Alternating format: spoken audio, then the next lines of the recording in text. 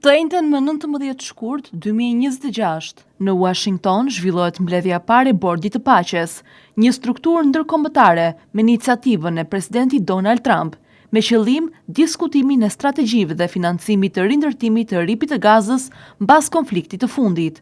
Megjithatë, ftesa e Shteteve të Bashkuara ka ngjallur polemika diplomatike. Një pjesë e madhe e alatëve perëndimor kanë zgjedhur të distancohen, duke lënë hapësirë për debate mbi rolin dhe legitimitetin e bordit.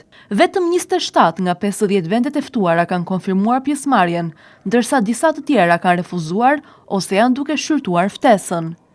Vendet që kanë pranuar ftesën përfshin Shqipërinë, Kosovën, Armeninë, Azerbajxhanin, Argjentinën, El Salvadorin, Paraguajin, Pakistanin, Indonezinë, Kamboxhën, Bahreinin, Uzbekistanin, Kazakistanin, Katarin, Hungarinë, Egjiptin dhe Vietnamin.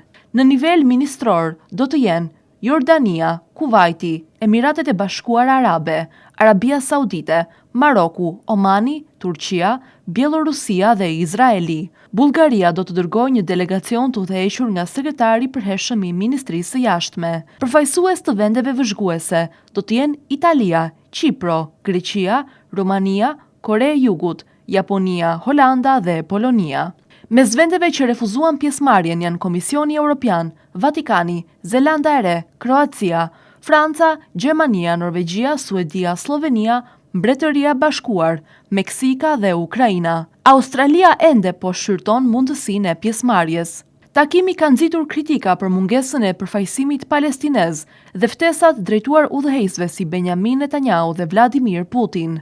Kritikët paralajmërojnë se përfshirja e disa vendeve të lindjes së mesme në bordin ekzekutiv mund të tensionojë marrëdhëniet rajonale dhe të minojë rolin e OKB-s si instancë kryesore për paqe në Gaza.